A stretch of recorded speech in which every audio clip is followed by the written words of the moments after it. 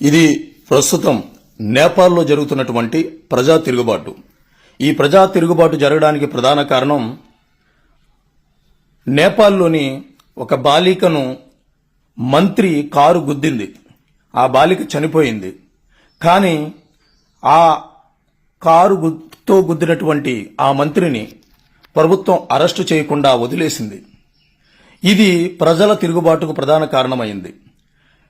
ప్రభుత్వం పేరుతో, అధికారం పేరుతో మంత్రులు, వారి కుటుంబాలు పరిపాలనను అడ్డంగా పెట్టుకుని దేశ సంపదను మొత్తం దోసేస్తూ, దేశ ఆర్థిక వ్యవస్థను విచ్ఛిన్నం చేస్తూ, ప్రజా సౌకర్యాలు కల్పించడంలో విప్లవం అవుతూ, ఈ దేశంలో తమ సంపదను పెంచుకుంటూ జల్సాలతో వీళ్ళు బ్రతుకుతూ ప్రజల్ని మాత్రం నిరుద్యోగంతో, ఆకలితో వాళ్ళందరినీ కూడా వారి జీవితాలను వినాశనం చేస్తున్నారన్న కారణంతో వాళ్లు ప్రజల్లో భయంకరమైనటువంటి తిరుగుబాటు వచ్చింది.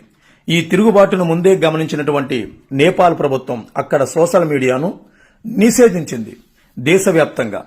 ఇక్కడితో ఈ ప్రజల్లో ఉన్నటువంటి అతి కొద్ది కోపం తీవ్ర రూపం దాల్చి ఇక వారి యొక్క కోపం కట్టలు తెంచుకుని ఈ నేపాల్లో ఉన్నటువంటి మొత్తం దేశ ప్రజలందరూ కులాలు, మతాలు, వర్గాలు, ప్రాంతాలు, జాతులు అంటూ లేకుండా తిరుగుబాటును ప్రారంభించి మంత్రుల ఇళ్లపైన దాడులు చేసి కొంతమందిని చంపేశారు, కొంతమందిని కొట్టి తరిమేశారు, కొంతమంది హెలికాప్టర్లో ఆ దేశం నుంచి పారిపోయారు. ఇది వారి తిరుగుబాటు. మరి మన భారతదేశంలో కూడా తీవ్రమైనటువంటి అవినీతి ఉంది. అధికారాన్ని అడ్డంగా పెట్టుకుని సంవత్సరాలుగా ఈ దేశాన్ని, దేశ వనరులను దోసుకు తింటున్నటువంటి వాళ్లు లక్షలలో, అసలు నిజంగా చెప్పాలంటే కోట్లలో ఉన్నారు.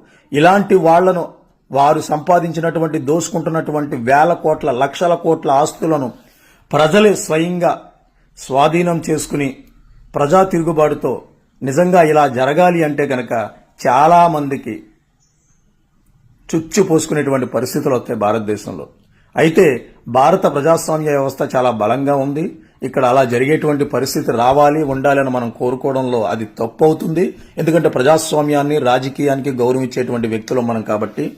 కానీ ఏదో ఒక రోజు ప్రజలు కనుక తిరుగుబాటు చేస్తే ఇలాంటి పరిస్థితులు వస్తాయని నేటి పాలకులు గుర్తించి ప్రజా సౌకర్యాల కోసం, సుపరిపాలన కోసం, ప్రజా అవసరాలను గుర్తిస్తూ, నిరుద్యోగ సమస్యను నిర్మూలిస్తూ, యువతకు సరైనటువంటి అవకాశాలు కల్పిస్తూ, ఉచిత పథకాల పేరుతో ఈ దేశాన్ని నాశనం చేయకుండా, ఈ దేశ సౌభాగ్యతను కులమతాల పేరుతో విచ్ఛిన్నం చేయకుండా, దేశ వ్యవస్థను, సమగ్రతను, ప్రజాస్వామ్యాన్ని, రాజ్యాంగాన్ని ఎకనైనా కాపాడే బాధ్యతను దీని ద్వారా నేపాల్లో జరుగుతున్నటువంటి పరిస్థితులను బట్టైనా సరే మనం తప్పు చేస్తున్నాము అన్న ఆలోచన ఉన్న ప్రతి ఒక్కరూ కూడా తమ తప్పును గుర్తించి తమ తప్పును మళ్లీ పెంచుకుంటూ పోకుండా ఈ దేశ వ్యవస్థలో మీ యొక్క గౌరవ విలువలు, మర్యాదలను కాపాడుకోవడానికి ప్రయత్నం చేయాలని, భారతదేశం యొక్క విశిష్టతను ప్రపంచపటంలో వెలిగేలా చేయాలని చెప్పేసి కోరుకుంటున్నాము. ప్రజా తిరుగుబాటు అనేటువంటిది చాలా భయంకరమైనది. అది ఎక్కడ వచ్చినా అక్కడి ప్రభుత్వాలతో కూలిపోవడంతో పాటు, అక్కడి ప్రభుత్వ వ్యవస్థలు స్తంభించిపోవడంతో పాటు ఆ దేశ ఆర్థిక వ్యవస్థ విచ్ఛిన్నమవుతుంది అన్న విషయం మీకు తెలుసు. కాబట్టి భారతదేశ వ్యవస్థ ప్రస్తుతానికి చాలా పటిష్టంగా ఉంది అని విశ్వసిస్తూ, భారతదేశంలో ఉన్నటువంటి అవినీతి మంత్రులు, అవినీతి ముఖ్యమంత్రులు, అవినీతి ప్రధాన మంత్రులు, అవినీతి వ్యవస్థను ప్రోత్సహిస్తున్నటువంటి ఈ అధికార యంత్రాంగం దయచేసి భారతదేశంలో లక్షల కోట్లతో ఉన్నటువంటి ముఖ్యమంత్రుల ఆస్తులను, మంత్రుల ఆస్తులను, ఈ దేశాన్ని అధికారం అడ్డం పెట్టుకుని దోసుకున్నటువంటి వారి ఆస్తులను స్వాధీనం చేసుకుని ప్రజల సౌకర్యార్థం, ప్రజల అభివృద్ధి కోసం కేటాయించాలని కోరు